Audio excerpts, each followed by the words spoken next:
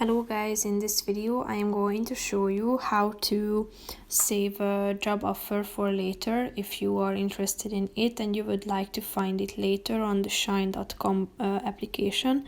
But first I just want to mention, don't forget to subscribe to my channel because at 10,000 subscribers I am going to show you my whole YouTube revenue statistics and growth strategy, how to make money online. Now let's jump into it. First of all, open the app on your phone.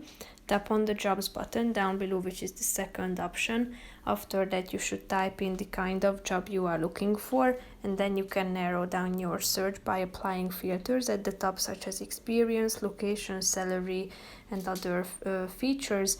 And here you can search or browse among the results, and if you find one of these interesting and would like to save it later, click on the star icon in the middle or in the right side of the screen, and then it will be saved to your profile and you will be able to find it later on. So that's pretty much it for this video, guys. See you in the next one. Bye bye.